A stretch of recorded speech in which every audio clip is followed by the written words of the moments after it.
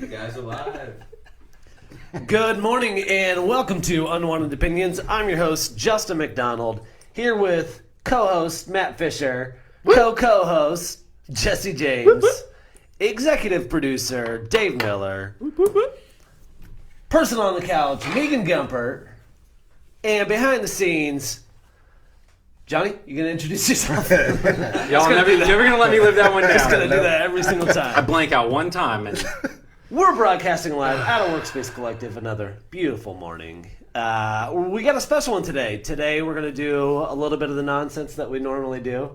Hopefully not much because I didn't take a lot of notes. So we have a good set of five like random words on that. Let's just go ahead and just name them off. Okay, so the notes are Stolen Cheese, Mushroom Market, Candyman, Pink Floyd, and Amtrak Troll. Let me ask you a real serious question. This will be a first. How do you drive past... We're not being paid to say any of this, by the way. The new candy shop and not immediately start singing 50 Cent just every single time. I heard that they play that on the loudspeakers at the store. Oh, I would only hope like so. on repeat. But I highly doubt it. But it would be cooler if they did. For sure. I want to know how I went to sleep one day with a rug store and woke up the next day and there's a complete candy shop in there now. My mom tagged me in the article that was coming up. And I was like, oh, that's cool. I'm going to look forward to that. And I'm like, oh, that's opening in like 3 days. Like, it just seemed like it came so quickly. Teddy posted 6 hours ago, which means like 2 a.m. Candy store is pretty cool. Like something just very like. Were they open at 2 So a.m.? I was like kind of like frantically like, did Teddy break into the candy store? Like I can just picture Teddy just looking into the candy Yeah, store at right. 2 o'clock on the morning. I wish they were open. So if you guys don't know Teddy Sykes, that may not make sense. If you do know Teddy Sykes, That makes it makes sense. all of the sense in the world. Yeah. They have blue cheese soda. So I saw that. They had a press release or something, and they had all these photos. It was probably the same thing you saw. And there was another one. It was like dill pickle soda, blue cheese soda, And they have a ketchup soda. and a too. ketchup soda. And that's like one of I don't know how many different flavors they have. But what I saw was a guy that was holding like a 4-foot gummy snake. It was about as big as a real snake. I mean, he had like 2 hands on it, and yeah, the snake had 2 hands. yeah, Absolutely. very impressive. Here's something that I want to know, Real snake, I mean, and maybe it's a marketing tactic. Why did they use a picture of the guy putting candy in a toilet for like the Ocala? You ever eat a bunch of candy? That's where it's gonna end up, bruh. Yeah, but to me, I would look at that and I'm like, this store is poopy. I don't like. Is there something? I thought of it like you're gonna get a buttload of candy. Honestly, here's the other thing. Nice. I like it. That's a good one. Yeah.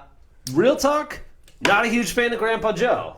So if you're not familiar with the original, Oh, is he that lazy SOB? yeah, the original Willy Wonka, Grandpa Joe's just laying there in bed, What a grifter, living off the system. right, with the other Unbelievable. old people, while their daughter slaves over bone soup. It's bone broth. Bone Act broth. like you cook. Jesus. I don't think I think it's that she's making a soup. Is broth not soup? Act like you cook. You answer the question.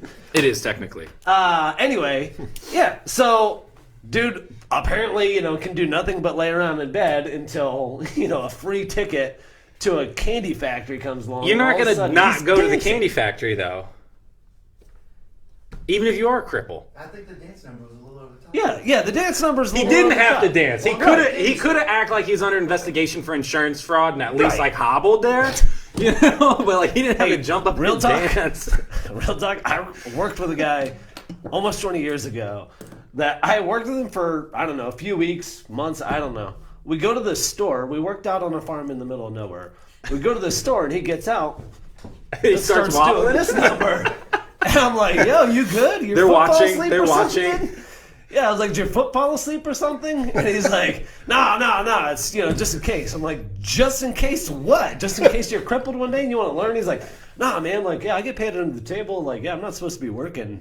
And, like, I had no idea there's this, like, whole, like, There's thing. investigators for that. Yeah. Yeah. He's like, yeah, every few months he'll just kind of slide some pictures to me and, like, hey, man, we saw you walking in Target, so I'm like, wow, that's So what happens if they see him walking in Target? Like, they pull his paycheck for the month, or I don't know. I guess they can pull it overall. like you get dinged once and then you get it back To be again. fair, I guess the guy, he's like, I deal with pain all the time, but if it doesn't look chronic visual to them, right? If it doesn't like look visual to them, they can, they'll take it to the courts and just try to stop. You know what they need to do? They need to take it to the house. MIA. Take it to the house. Did you hear what I was listening to when I pulled up this I morning? did not, because I had my own music too loud. All right. Sorry. Let's imagine people don't know what we're talking about. I jumped from Grandpa Joe, crippled, to Trick Daddy. Not What the a- candy Grandpa Joe, the Willy Wonka other candy Grandpa Joe. I'm just saying, if you're going to name a store, that's one of my lesser favorite characters to Is there name a any store. relation to the Wonkas? It doesn't matter. It's to me. Okay. I'm just curious. Yeah. I found out, I don't even think the guy's name is Joe. Grandpa Joe is definitely Joe. No, like the people at the store. It's misleading. You don't think there's a Joe that works there? I would be surprised. I would be surprised. If you had a candy store, what would you call it? Big Head Matt's Candyland? Candy Store. Or Big Head Matt's Candy Store. Candyland's already taken. Candy Palace. That sounds amazing. I think Candy Palace is probably used. Because it sounds a little like it could be a candy store, but it could also be something else. You know what I'm saying? Can you explain? No, I can't. Oh. Use your imagination. You mean a strip club. A brothel. Bro. Wow, that's where you guys went. That's where you guys went? Anyway, Some bone brothel. still pretty cool that I just love seeing new stuff. Come downtown. My kids love going downtown anyway, so it's pretty cool. They'll just randomly. It's not random. They schedule it out where they have people playing downtown. Yeah. And we know a few of the people that'll do that. It's like, I will literally just drive down there with the kids. They'll run around for half an hour and then we'll leave. Now they're going to run around for more than a half an hour. Yeah. They're going to be hopped up on They sugar. got that blue cheese soda. Yeah. If they Eating had, that toilet candy. if they had like a, Wonderful marketing, guys. Wonderful marketing. told you we weren't Tootsie getting paid. Rolls. So So we can say what we want. We're getting paid by the chocolate shop. yeah, Yes. Yeah. The OG. the OG. They've been down Triple there for OG. a minute. Triple OG. Yeah, let's throw them a shout out in case you aren't aware. Ocala Chocolate Confections. Yep. Literally the best place for like a last minute gift. Grab Or- some wine to the keep or something like that, but they'll box you up a beautiful arrangement of chocolates, and it's always like a perfect presentation. Yeah. Ribbons and all of that. It's always so well done. I'll say, like, Lauren and I aren't big gift givers, but one year for my birthday, she did give me a custom chocolate platter from them. Yeah. And it was just like, there was a chocolate motorcycle, a chocolate record, there was like different shapes, like giant peanut butter cups. And it was literally a plate of like all of these things. And like, I'm like a child when it comes to candy, y'all know that. And so it was an amazing gift, but I think I ate it through it in like 2 days though, and just had a constant stomach ache. They also have spicy ice cream. Like I never had that. Mexican hot chocolate. Yeah, it's Mexican hot chocolate, which is amazing. Is it And ice cream or is it hot chocolate? It's called Mexican hot chocolate, and it's an ice creamed. Oh, that's confusing though. Yeah, for you, I know. It's a lot to process. And then they have the hot chili bark, because I like dark chocolate It's with the peppers in amazing. it. It's so good. I'll get it. People are like, what are you talking about? Chocolate with peppers in it? I don't know why I always do that voice. I'm sorry. Whoever sounds like that, I'm sorry. Keep doing it. You know who you are. I know exactly.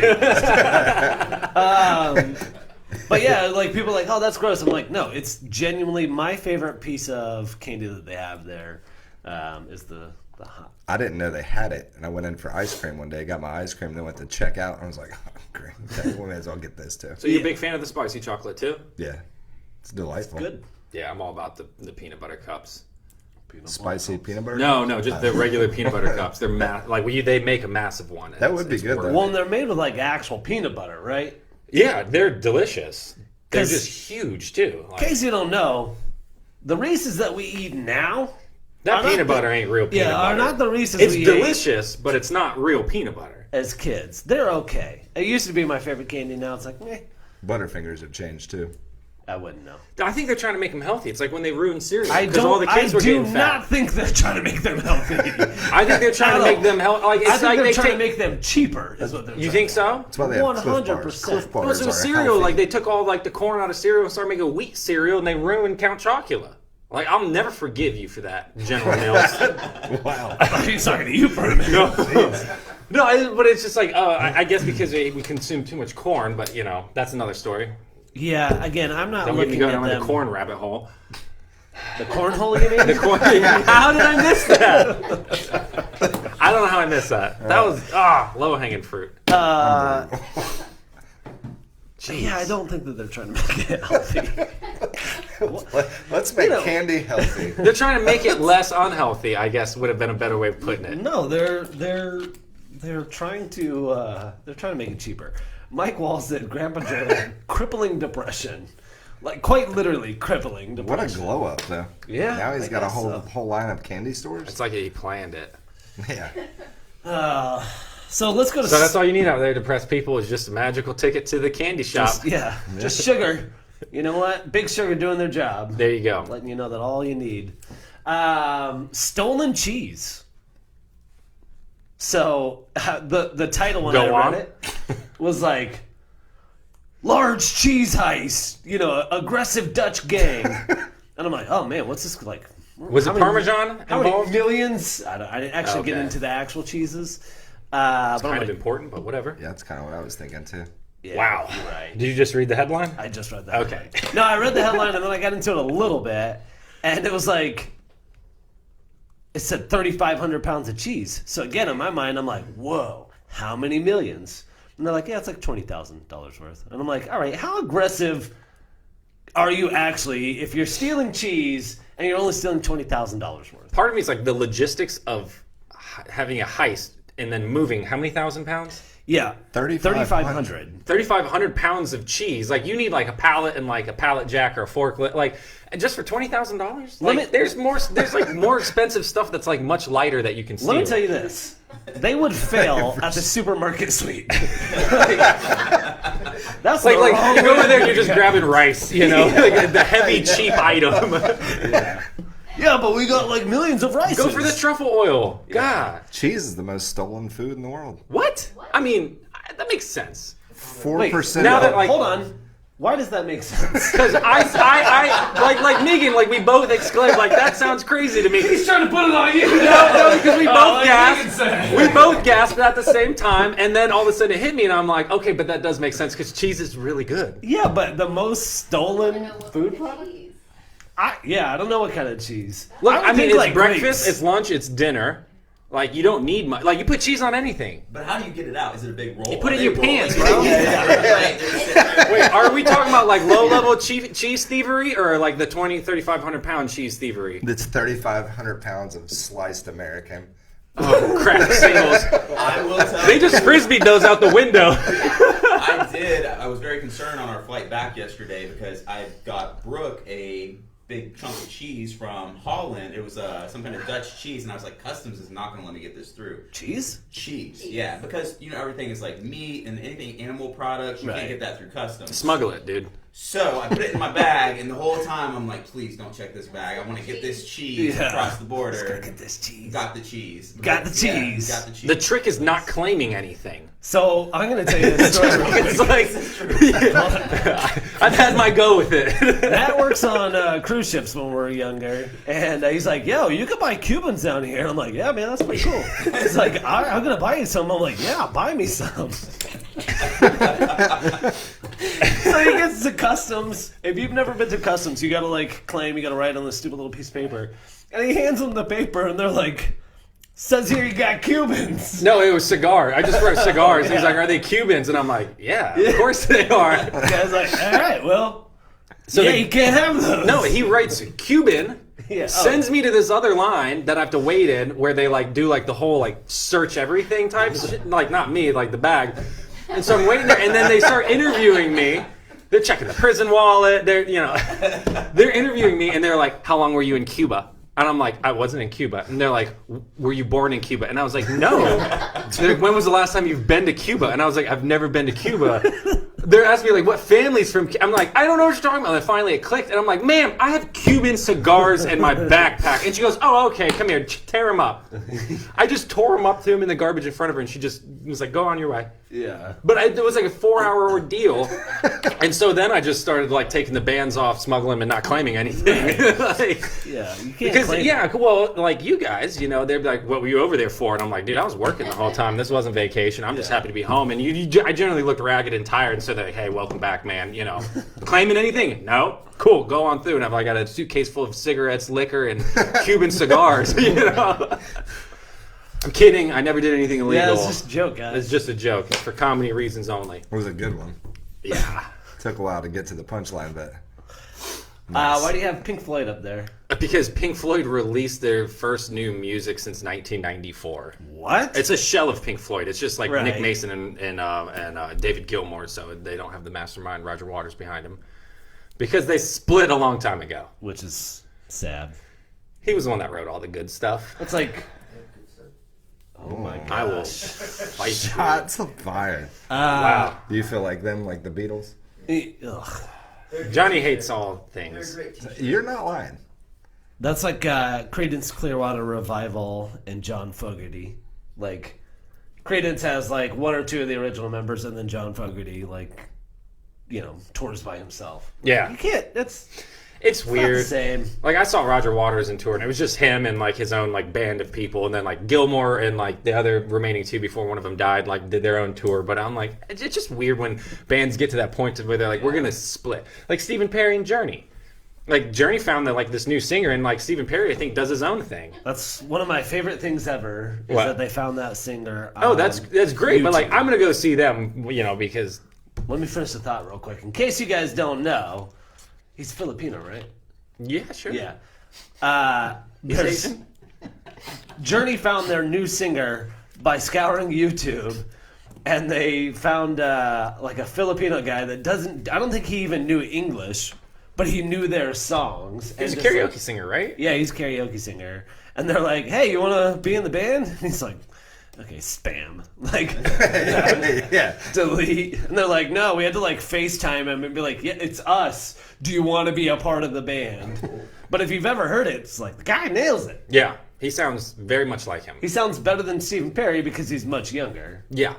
And I mean Stephen Perry that works with us.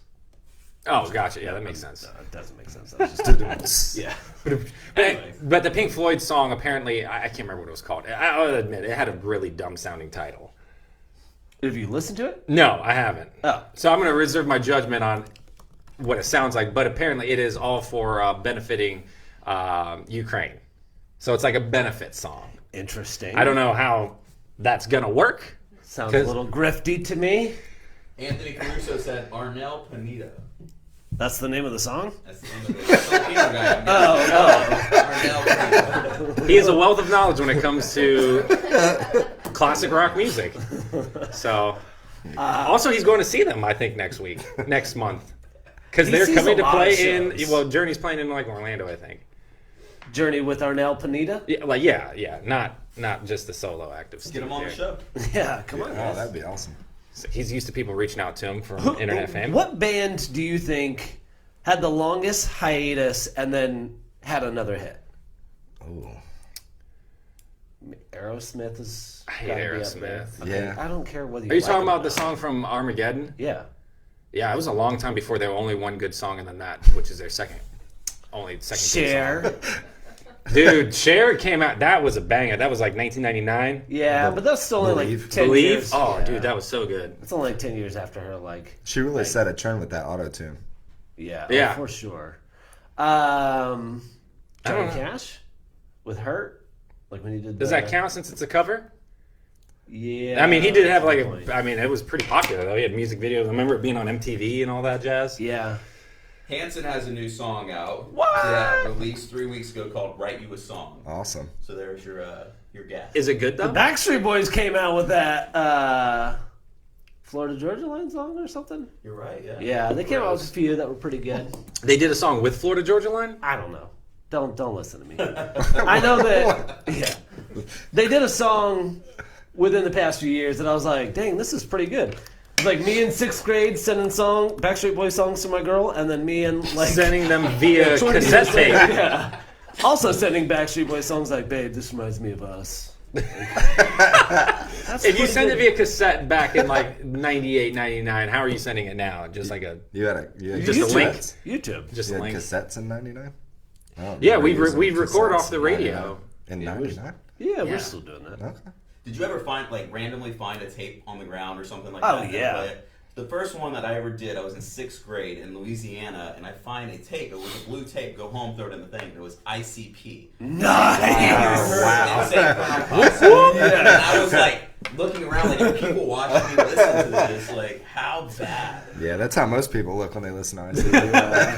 I remember being in elementary school at Ward Highlands at like one of the Babe Ruth like baseball games. I wasn't playing. We were just like I wasn't playing the actual baseball game. We were just hanging out on like the side. And I remember an older kid who was like a 5th grader told me, he's like, did you know that there's albums that you have to be 18 years old to buy? And being like a 7-year-old, you're like, what? There's like an age limit on music, and that was like the first I heard of like parental advisory. And like I had never heard anything. I was like listening to like Lion King soundtrack probably, like Alabama, you know, and so it's like that was like mind blowing to like realize like there's an age limit on music because it is so bad. So I can imagine finding ICP and feeling that way. Matt schooled him and threw him the Aladdin soundtrack. Like, you heard this. I'm not as good as Lion King though. Huh? Aladdin can show you the world. I'm gonna have that song Aladdin's stuck. the best movie, but Lion King had a strong soundtrack Amazingly strong soundtrack. until Tarzan came out. No, dude, Elton John did much better than Phil Collins, in my opinion. On the Elton John soundtrack. did a song. Phil Collins did a whole album.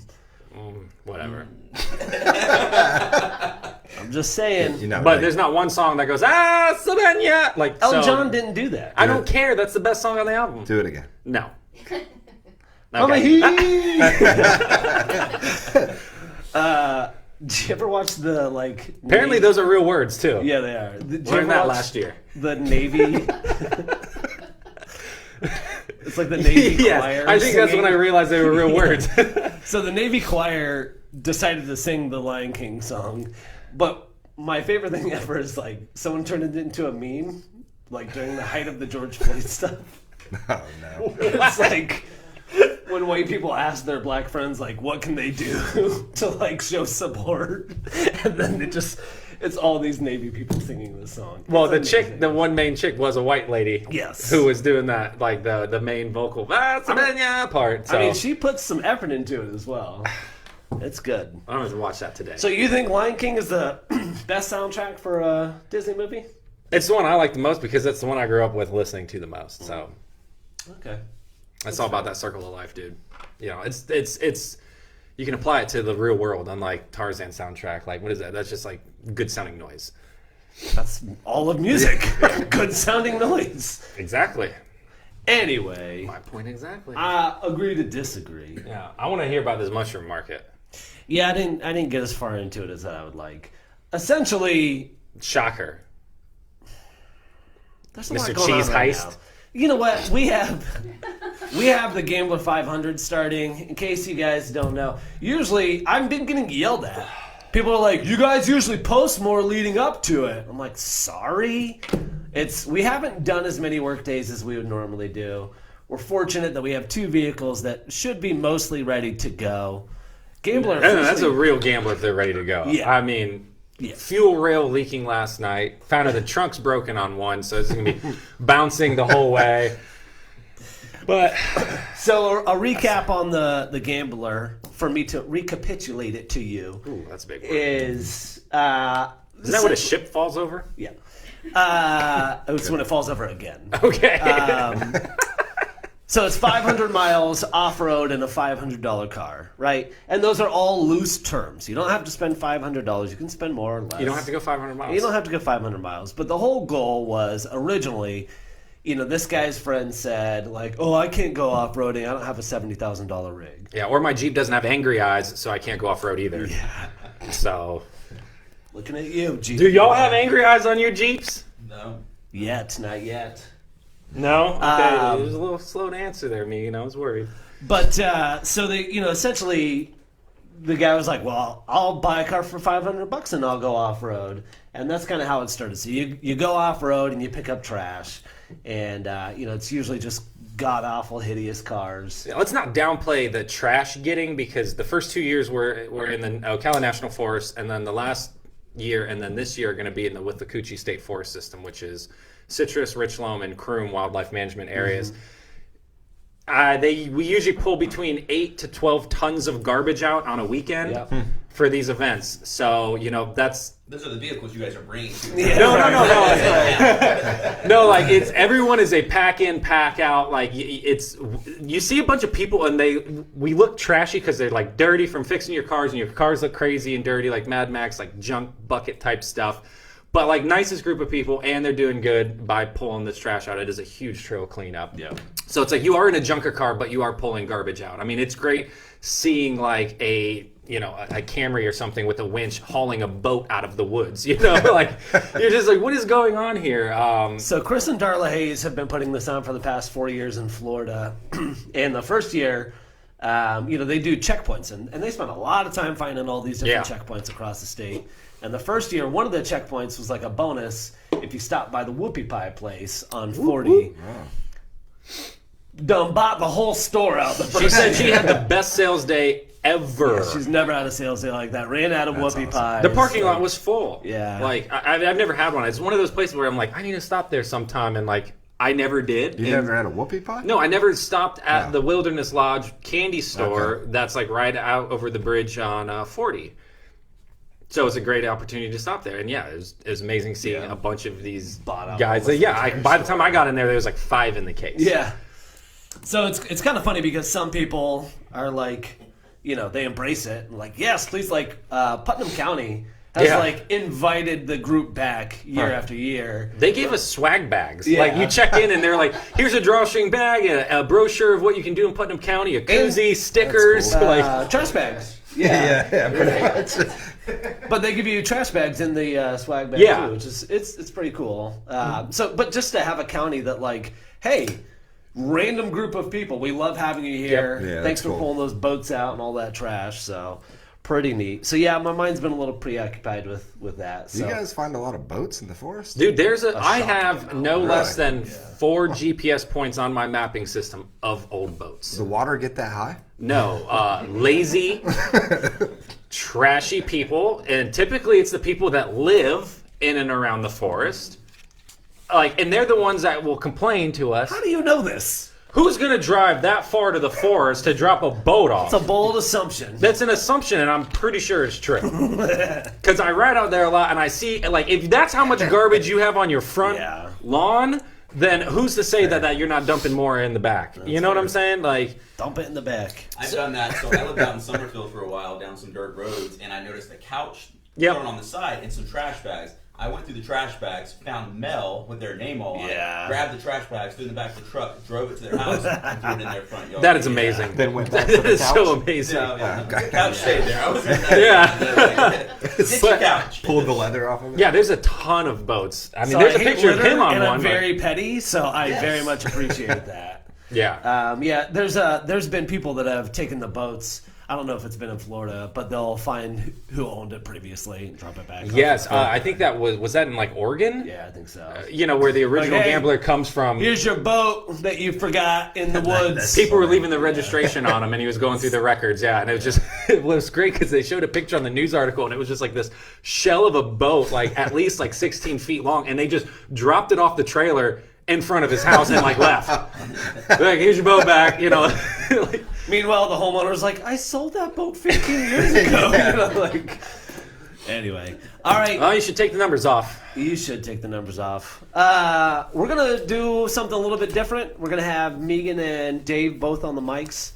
Guys are going to be sitting on the couch. I'm going to do a little bit of interviewing here. Can we hold hands, Jesse? You want to do the switcher? He's skilled in the switcher. Switcher. Taking the fidget stick with me. You do that. Jesse, can you freestyle while we switch? Yeah, for sure. Because I can't have dead air on the podcast. So this is what it looks like to be on this side. Hey. You don't have to sit so far away. I don't want to sit that close. So hit 2. Let's see what it looks like on Justin's face. Oh, beautiful. Hey. All right. Oh, this thing sits low. Oh, it actually works.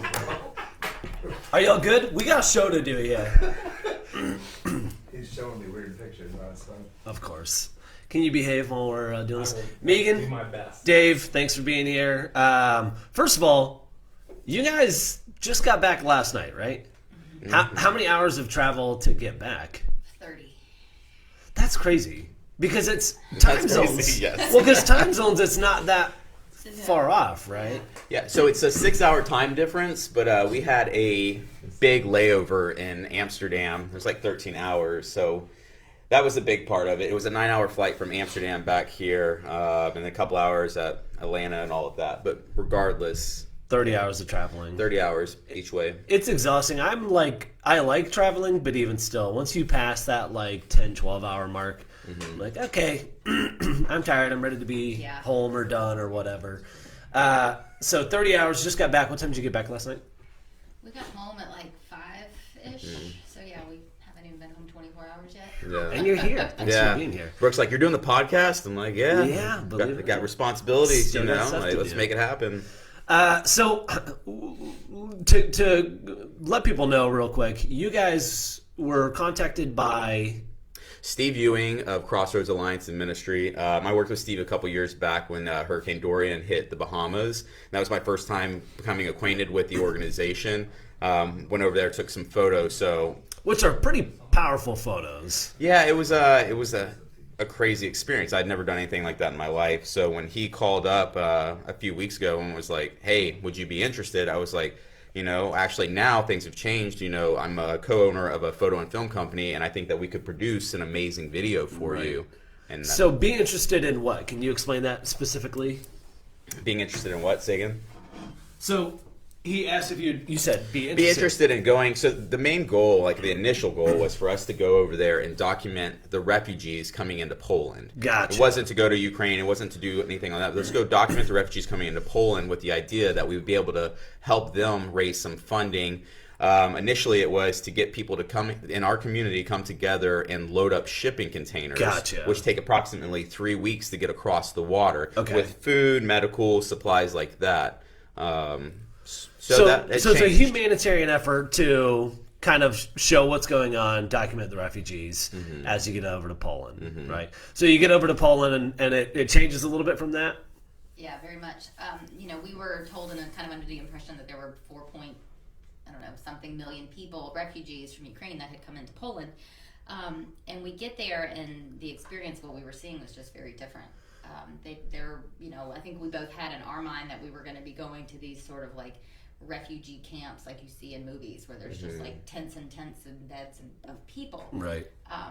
But they had systems in place where they weren't setting up those sorts of centers. They had more like a triage center. So people would come, they would assess their needs and figure out where they needed to go and then send them into private homes. Or Gotcha. church groups. Or So countries. is this people sponsoring them to be there? Like, yes, I'm willing to take on refugees?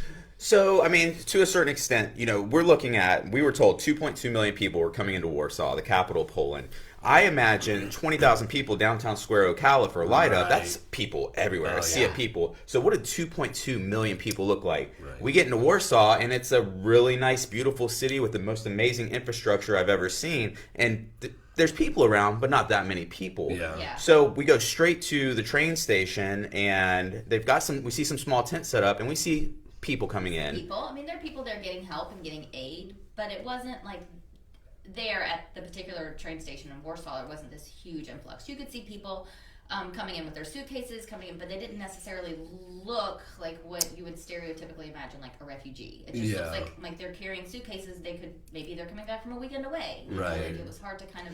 And we want to be sensitive to that fact Yeah. because this is also 4 weeks or it was like 40 days into the crisis, you Right. know. So I'm sure the first couple weeks it was probably Yes. insane. Yeah. But the systems design that they have in place there is absolutely incredible. They had these spots where you'd come in, you might spend 24 to 72 hours, get food, get shelter, get supplies, Shower. all of these things, and then they have different ways for you to go to kind of spread throughout the country. What do you think that they were already prepared for that, or do you think they moved quick enough once things happened, or? I think they moved quick enough, and what was also interesting, it wasn't the Polish government helping; it was all NGOs and all nonprofits that had come together to do this. Private What's an NGO? citizens. A non-government organization. Gotcha. Obviously the government's got to be involved at some point because they've got to allow that refugee status to let them in, right? They had lifted a lot of things, and it wasn't like the larger city governments were coming together. Like Gotcha. in Warsaw, Ukrainian citizens were allowed to use any of their transportation services for free, or like, Oh, they were wow. sort of like opening their doors in that Cell sense. phones. I mean, everything was donated. They were giving cell phone service because like these people are coming over, and our assumption is that they need clothes. And like, no, I don't need clothes. I need a cell Right. phone that works. Yeah, I need You to know, like, connect. I need, like, Matt's so- raising his hand. I would say, do you think it's like Poland's history as a country and the people Yes. there Right. had something to do with their willingness to accept refugees because they've always been displaced themselves? Absolutely. 1,000. So when I heard about that, I was like, oh, I think that's a cool mindset from the people to be like, come into our home instead of not the tents. Like, people are just Yeah. so accepting. Everybody, not just Yeah. Poland. It No. was all of the EU. Everybody. And, I mean, we've met so many people from so many countries there that were doing it as Lithuania, private Holland. citizens. That's Brazil. Brazil. Like, You know, like yeah. absolutely amazing to see the people coming together. And then they were like, "Oh, Americans!" And there was at one point where we're at this Baptist church that's on the border, and I hear an American voice down the hallway, and it was like, "Hey, y'all!" Blah blah blah. I'm like, and they're like, "We're from Texas." So I'm like, Texas. "Well, I be," That was you a know. little- It was disorienting at first. Yeah, it was just amazing, the open-heartedness of all of the Polish people, and genuine, like, to just be able to, like, I have a house, I'm going to drive to the border and just pick people up Yeah. and bring them into my home and help them get. So to get kind of home. just stay on that, I want to kind of like give you the order of how it happened, because our mindset was originally was to send in these shipping containers. Right. Well, Steve Ewing, he's absolutely amazing. He's done 25 years plus of disaster relief, and he understands logistics behind all this. And he's like, this is not the way we need to go. We Right. need to raise funding Yeah. and procure the items in Poland, because Poland has no supply issues. Right. There's nothing Yeah. there holding them back from getting that. So it's be efficient with it. Right. He's like, Warsaw is not where we need to bring our money. There's money here. There's support. There's systems in place. So, our next thing was, this was a fact-finding mission. Yeah. And it's such a long story, so I'm trying to get it all to you. No, you take your So time. we go to, the next place that we end up going to is the border in Kelm, right? Helm, yeah.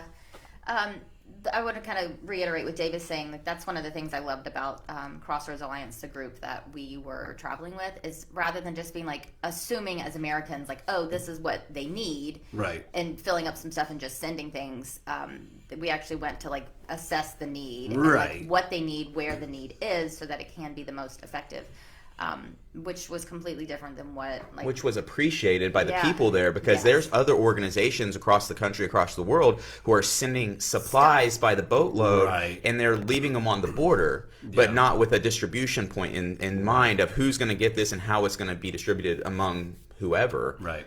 So that was yeah, like, they're like, we don't need blankets. Yeah. We don't need clothes. We need food. Like, so it was interesting to hear like what our assumption is of what they need, and then what is actually needed. But we didn't determine that until, like Dave is saying, until we started traveling from Warsaw out of the city into these smaller border towns that were supporting and sort of housing refugees as they were coming off the train station. So yeah, we went to this, Helm was the first place we went. We went to a Baptist church there, met with them, saw like the little, they turned pews and stuff into beds. They pushed things together. They had. I'll be honest with you, I did not expect a Baptist church. In my mind, that's like just a Southern thing. Yeah. It's really interesting. I want to, before we go too far, you talked about assessing the need and adjusting appropriately. And that's important here as well. In case you don't know, I mean, canned food drives are great. We've done them. They're really good. But even here, what a lot of humanitarian places, like specifically, food kitchens, they go, thanks for the lima beans that you've had sitting in your closet for 7 years, but we're really good at sourcing what we need. We just need the money. And I think that's why it's important to find the types of places that go, we're not just going to do things for the sake of doing them, or we're not going to take your money and it's going to go to a lot of overhead. Yeah. We're going to do this fact-finding mission. Okay, look, they don't need supplies, so we're going to the board. We're going to figure out what's going on here. So, and asking in those Kelm, questions. or Helm, CHELM, however you want to say it, this Baptist church was running a shelter that probably, I'd say at least 75 people, it could host 75 people. We saw people staying there. Meagan met a really nice woman named Nadia and her daughter and kind of connected with them. But they had systems in place. So once again, we're like, is this where we donate our money, or the money that's coming from this community, or do we continue the search? Right. So we left there and went to the train station to kind of see what was going on. And this was probably the first very impactful moment visually seeing like what was going on. And there was a orphanage from Ukraine that they had up. They got all the children together and they were relocating them. If you want to talk about that. Yeah. Did we go to the border first, or did we go to the border after that? Because we went and saw like the actual border. We went to the border first, and then we went. And then we went to the train station. Yes. And again, going to an actual border wasn't what I was expecting either. Yeah. You know, we parked, we got out, and there was some soldiers, some, enforcement in place, but like there were. What did you expect to see? I don't know. I think we expected to see people coming across. We expected to see lines of people. We expected to see vehicles being searched and military. Under this whole entire time, like I was thinking that we were going to get there, and the border of Ukraine, there's going to be firefighting going on. There's going to be all this stuff going on, and it wasn't until around this time, it was a little bit later, when someone was like, "No, like it's a 2 days drive to the front of the war. It looks like 9 hours, but it takes 2 days to get there."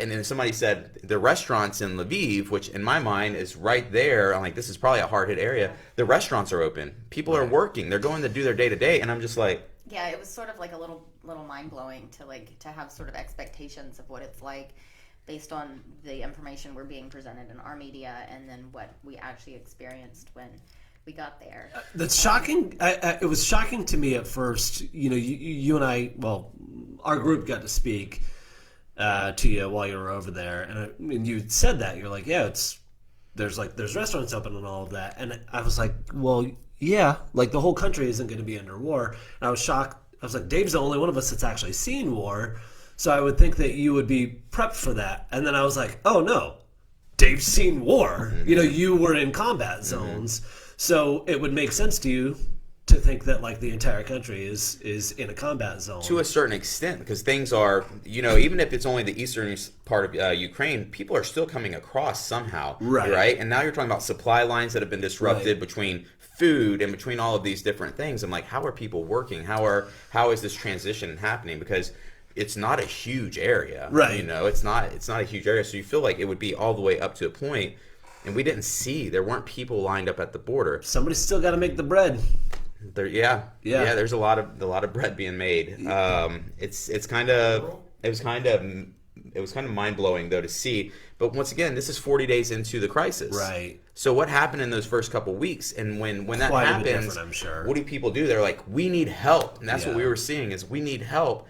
Well, within that time period that it takes for the help to start arriving, 2 to 3 weeks or however long. Right.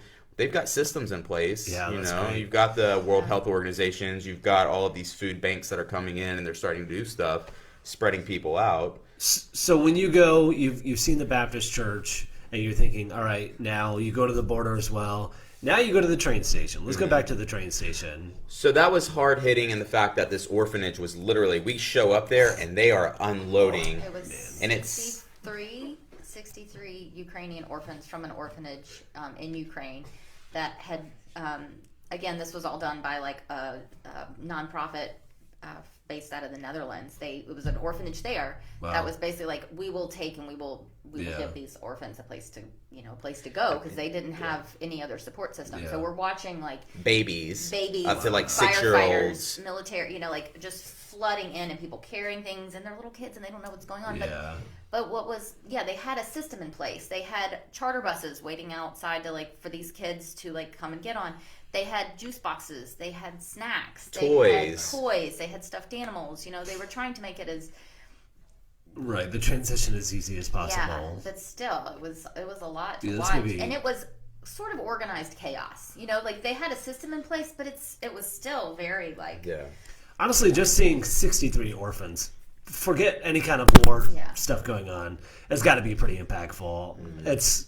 You just start thinking about, I mean, all the situations completely heartbreaking, completely sad, but at the same time, it's when you look past that part of it and you see all the help that they're getting, and watching this 20-year-old, Polish firefighter staring in the eyes of this kid, and it's just like this connection and what they're going through and experiencing as a community with, that was powerful. Yeah, watching them also be emotionally moved at what was going on and that kind of thing. Yeah.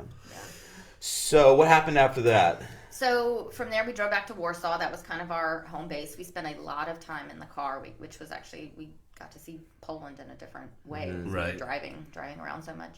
And then the next day we had a contact a little bit further south with another. This was actually a. How are the contacts being made?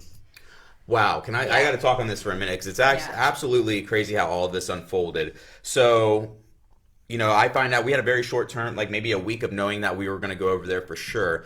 So with my VA job, part of it is I work with veterans who are housed in like a veterans home type situation. And I'm telling one of the guys that I work with, an older veteran, I'm like, hey, this is what's going on. I'm going to be out of the loop for a little bit. And he goes, wow, Joanna, who's one of our occupational therapists, she's from Poland. And I'm like, yeah, you're right. So I get home that night and I call Joanna and I'm like, hey, I just feel like I need to reach out to you and let you know kind of what's up, see if you could give me some insight. And she's like, of course. She's like, actually, my son, Stefan, is in Warsaw. He's going to medical school there and he will do anything for you. He'll pick you up from the airport. He'll whatever you need. He picked us up. He showed us around. He picked us up and he was the nicest kid ever, showed us everything, gave us so much rich history, and it was amazing. And then she was like, I also have this friend there. His name is Jan. And Jan was one of the most important parts of this trip. He was someone who was already doing trips to the border. Wow. He was private individual businessman who was taking his time doing trips to the border, picking up families and transferring them back, procuring medical supplies and donating those and doing all these things. Absolutely incredible mind. He was just an amazing person. And he drove us to the border. He took time out of his family's day. Yeah, he was with us. He spent most of the day, went to home, he drove, and then when we went down the next day to the other border town. No, he didn't go with us the second day. But what was nice was he could translate. And he spoke like 5 different languages. That's crazy. Even though 70%, I'd say, of Polish people could speak English. I don't think it was that much. No, I felt like, that was the statistic I looked at on Wikipedia. But Meagan. That was not my experience. but we did not necessarily run into that. So this is that Jan was made via connection here. Yeah, it's all like friends Everything. of friends that the connections we were making. And then the second place we went to, it was like the connection that Steve Ewing with Crossroads Alliance had with someone that had with someone else that knew a guy that was in a warehouse in this other town. And so we're kind of grasping at straws. So we get there and we meet these people and they're amazing. And they are also connected with another nonprofit. So it was this organization, a huge fruit. Vita fruit. Vita fruit. Yeah. Tomato. Yeah, we like... Vita Vita Vegemite? So yeah. Vita Fruit had lost a huge chunk of their sales because when the war happened. So their job was they would distribute fresh fruits, vegetables for restaurants throughout Europe. Stuff, like high-end hotels, high-end things. Like they're getting the expensive like pineapples in that they're sending to some expensive like. Then there's war. There's not apples, hotels. like dragon fruit, like the nice stuff. The nice good stuff. Yeah. Dragon fruit's expensive.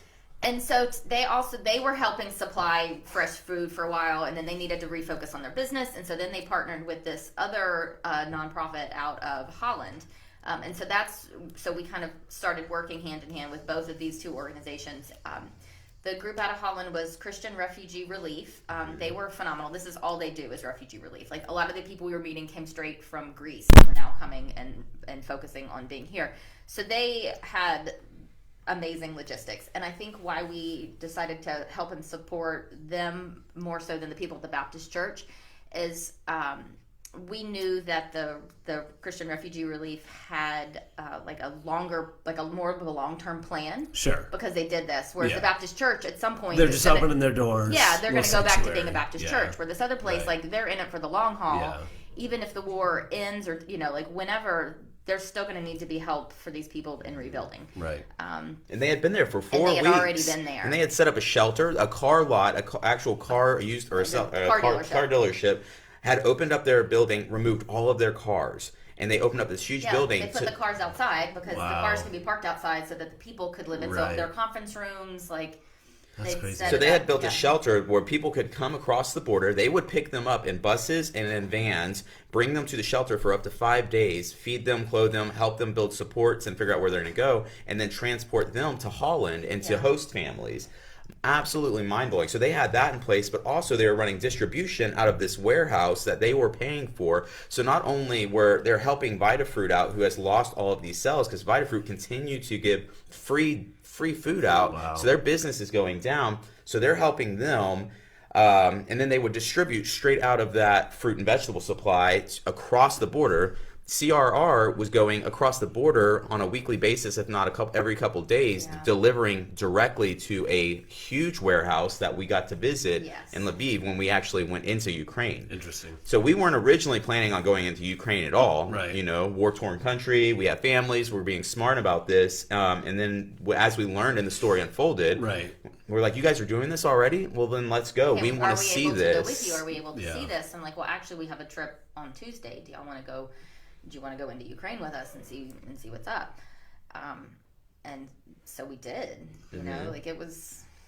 So we get across the border, and it is a stark contrast to Poland. Is like beautiful, you know, infrastructure is incredible, the most clean place I've ever seen. Super clean country. We get to the border, and you get in there, and it is a little bit more. It's old, you know. It's buildings are falling apart, and maybe it was a very dreary day that we were there. It kind of, I think, made it feel. I mean, it's gray and rainy, and it was cold, and it was just one of those things. It's kind of like, wow, we're here. Very surreal experience. But there's 8 of us in this van, and we're going across, and these are missionary people. This from CRR. There's us from Crossroads Alliance, including Steve Ewing and Paul. So another gentleman joined us from the States, from Springfield. His name is Paul, and he very strong in his faith. And Steve actually said, you know, Paul is here to kind of take care of us and to kind of pray over us and to make sure that we are safe throughout this. Yes. An absolutely phenomenally nice man, you know, and I did feel safe around this guy. His faith was strong, you know. So it was. So our little team of 4, and then there were 4 people from CRR in this. You know, CRR has the big vans, you know. So people donated vans to them. We drive in, and it took us 2 hours, 2 or 3 hours. You know, we had to obviously go through customs and border control. So military checkpoints. How long was the process of getting across the border? Wow, so that did take a hot minute. Getting into Ukraine did not take as long. It took about 45 minutes, which they said was the fastest they've ever gotten into Ukraine. Getting out of Ukraine there took... are obviously more people wanting to get out of Ukraine. You know, 2.5 hours. And we have this... We've got like a sped up version of everything because we're in an aid van that's got red crosses on it. And it still took us 2.5 hours to get across. We bypassed, like... Initially, we're in like the car line, you know, and I feel like I couldn't even see the like building of where we were going. And so then we see these other aid vans kind of speeding along on the side, and so we got out of the car line and like we're able to kind of go ahead. And makes sense for them to try to keep that going. But imagine you're not in the aid van. It took you 2.5 hours. So that was horrible, and we kept saying that. Like, that's sad. There's people who probably waited overnight. Oh yeah, to get I was hearing like 16 hours. That's the kind of stuff that I would expect, right? Yeah. Like, they're waiting in lines to get over, and so you know, and it makes sense that you would have to vet, you know, people coming out of the Ukraine. That makes sense to me. But it's got to be hard, which kind of brings me back to when you talked about the train station. It's not exactly what I expected to hear you say. What I really thought you were going to say is that you just saw all women and children getting off. Yes. So we did. So we should talk about the train station in Lviv in Ukraine. Yeah, let's hear about that. So up to this point, we hadn't seen, you know, we had seen refugees and we had seen women and children. That was the first thing that took me back, was just seeing all women and children. But when you realize that if you're 18 to 60 years old in Ukraine, a male, you're not crossing, and you're a male, you're not crossing. You know, they want you to stay and fight. Which, okay, that makes sense. So we drive into Lviv. We're first day, our only day into Ukraine, and we go straight to this huge city, and we go to a warehouse where we meet with somebody who where the distribution from the border is going to. That we are bringing in, and it's a huge warehouse, and it's ran beautifully by a man who is now part of the military voluntarily. He's a lieutenant, but in his real life, the day before the war, on the 24th, he had just received his PhD in law. He was a local news reporter. He had like a name, and he had a fund that he had started to help keep Ukraine clean. All of these things. So we meet this amazing man, and he used his fund at this point. The government's like, hey, we need your help. We need your logistics and your mind. And he sets up this warehouse. He uses a fund that he had for keeping Ukraine clean prior to the war, and used all that money. To now keeping Ukraine. Yeah, essentially, and using his mind and setting up all these logistics. And I would say like this is when it started for me to get a little bit more real. You know, we're in this facility. There are people sort of scurrying about, doing their job, doing their things, and we are not allowed to take any photos and videos at all. You know, it's because they don't want it to get hit, right? You know, like they don't want people to know where they're housing these supplies, because this was a hub for the rest of the country where these supplies were coming in and out. So they don't want to disclose that location. Well, we went to a room that was just nothing, a warehouse that was nothing but medicine, and they were telling us we need medicines. We need medicines, we need food, and it was certain kinds of food, and not necessarily MRE, because they've been eating this for like 4 weeks. They want stuff that they could make soups and broths with, and then they had this callback. They had this whole entire area of clothing, and they're like, we don't need your rubbish clothing, because people are sending used clothes to them. They call it rubbish. And they're like, we need boots and shoes, and we need jackets, and we need things that are in good shape, because now it's just taking up space with rubbish clothing. So from there we go to Lviv train station, and that was by far the most powerful. I was a little bit of an emotional wreck after that.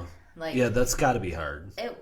And I think for me, because it was women and children, you know, it's like, it's my demographic. Like, these are like, you know, people my age coming off, and it wasn't. It was the look and the feel of like desperation that these people had. You know, there's train stations and airports. There's always a little bit of confusion and people kind of coming and going, but there were literally people just crossing and pathing and, you know, going. Pathing is not a word. Going like every. Paths, all the paths. All the paths. But this was what we were expecting to see in Warsaw. This was the people. This was hundreds, if not thousands, of people with children in tow and bags, and it was rushing. And it was just everywhere, chaos. in all direction. And then air raid sirens start to go off. Oh wow! Which, you know, like, I'm like, is this? You know, we're like, is this a test of the emergency broadcast system? You know, we don't we don't know. But then people start to like, whoosh, you know, people start to disappear. All the aid tents, they start buttoning up all the tents. There were aid tents there, giving people food and giving people things. Like, they start to zip up. So we're like, we got to go. So we like go back to our van and we get in there and we're trying to figure out like what we're doing next, where we're going, and like people are literally knocking on the van door. Opening the door, trying like, can you give me a ride? Can I ride with you? Where are you like? And they don't even care where they're going, right? You know, and again, this is 4 weeks later, right? You know, I can't imagine what it was like. They wouldn't have been knocking on the door, and you don't know where they're coming from. You know, we don't know where it may have taken them days to get where they're at. We don't know what they've seen. We don't know if this woman knows that her husband's dead, right? You know, like, we have no idea what their experience is, but they look desperate, and it was hard. Yeah. So what do you do in that situation when they're opening up the doors? We didn't have room. Yeah. We don't know what we don't. You know, what can we do? Yeah. You know? And nobody in the vehicle spoke. Google Translate is absolutely amazing, and Meagan became very proficient with it, and like having conversations with people using Google Translate. But when it's moving like that, and we're like, we're sorry, we can't. We're like, we have to get out of here because we're giving false hope to people because we can't transport anybody in. We're in a white van with a Red Cross. Right. You know, so. We brought in supplies when we came in, but it was one of those things we didn't have the room to bring people in or the logistics in place. Yeah, you're not. That wasn't our role there. To do that, right? But no one knows that. They're just trying to get out. Yeah, exactly. That's something. They're desperate. Like, buses are filling up, people are doing whatever. So, that was our last full day gone. And so we drove from there. We went back to. You know, the small town where he had been in. We ate a quick dinner, and then we had to drive back into Warsaw because we flew home the next day. Yeah, it was a 4-hour drive back and forth. So we were probably in the car more. We were in the car a lot. But what we came to realize out of everything is that money is going to help more than anything. If we can procure just donations, financial donations, and then we send that money to the things that we have in place at this point, it's going to be, the food's going to be distributed directly into Ukraine to the people who need it. Like, because again, they have the supply, they have the resources there in Poland. You know, there's not a supply shortage. So you guys you're already working with this would be who would people send money to? Crossroads Alliance and Ministries. Okay, and they're going to distribute it to the correct channels. Yes. They're an Ocala-based organization, Ocala-based ministry. Again, they've been phenomenal to work with. We did our research. We know that the money is not going into any sort of correct channels. Yeah, that's the biggest thing for me, is knowing that where my money is going. I want to know. I've talked about it before. Feeding America is one of my favorite organizations because less than 1% of the overhead goes to, or less than 1% of the funds go to the overhead. Yeah. So to know that you have organizations like this where people I know them and trust them. Seeing how efficient Steve was with this money and how he's like, no, he's like, there's corruption in the world. These things, I want to make sure it's going to the right people. Yeah. And like him saying no to certain people on this trip, like this isn't going to work. This isn't going to work. This isn't right. This isn't where our That money's this needed. is, he's like, but this is And where it is. We kept looking until we found the. Yeah. So what we've discovered is this, and the number's a little rough. You'll have to help me because I'm just sleep deprived. But $15,000 purchases a 40-foot semi truck, completely packed with food. Right. 38,000 pounds of food, which is approximately, I think, 38,000 meals. I think they figure like. So the 1 World Health pound- or the World Food, the one that you just were talking about, Yeah. the Feed the World. They say on their website 1.2 pounds is a meal. So if you break it down and we did the math, it comes out to, and Steve kind of gave us all of these numbers. I don't remember, but it was like $100 would provide. It's like 88 meals or something like that. Yes. I saw that, which is super important. Yeah. And that's where knowing where the money is going is very important. Just going, hey, please send us, this is what's going to help us the most. So, and that's what we want to do. We want to help them find that funding. So this is, we've taken photos, we're putting a video together that's going to kind of show what we've seen and then requesting donations through that. We've spoke with some fundraisers here in the community. We've talked with Ocala Style Magazine so that they can put out information. They've already put something out in the Ocala Gazette. That's awesome. And then we spoke with Lisa Midget, and we want to talk with them. We're going to try to get a group of people together to do some fundraising. The community is already showing support. Yeah. So now it's time to bring in all of that so that we can help. Ocala can help Ukraine. They can help and do a part, and I think that's absolutely amazing. And you don't have to donate $5,000, $15,000, $100, $50, whatever you can do adds up quick. $5, yeah. Anything you can do $5. adds up very quickly, and it's better than nothing. One of the I think frustrating things about any kind of humanitarian effort is like you feel like you're spitting into the ocean. Like, what am I doing here? Am I doing enough? So to know that you guys have found a channel and a path, you found a pathing to actually directly help is very important. Mm-hmm. And I'm appreciative that you guys went. I wasn't worried when you guys were going over, but there's always that just a little bit of concern of like, hey, be safe. Mm-hmm. So watch the journey closely. Glad to have you guys back. So appreciative of what you've done. Can't wait till you guys put the footage together, and obviously, we're behind any kind of fundraising effort. Cool. Thank you for making this your thank first you. media stop back in Ocala. We love you. We're glad to have you here. Is there anything you guys want to add before we? No, just thank you everybody for the support. Yeah, lots of support. People were checking on us on a daily basis. Amazing experience, I appreciate my wife supporting me through this, and our families supporting. It's kind of huge to say, hey, I need to go to Poland in a week and do this because I feel drawn to it. And I think it's important that our community sees what's going on. So I'm just appreciative of my family, my friends, you all for supporting and every day checking in. Yeah, I'm grateful to not only be home but to have a home to come back to. Yeah, absolutely. Thank you guys to everyone that's joined us. Thank you so much. I can't wait to put this podcast out. Cool. All right. Awesome. Have a Thank good one. y'all. All right. Hitting us with the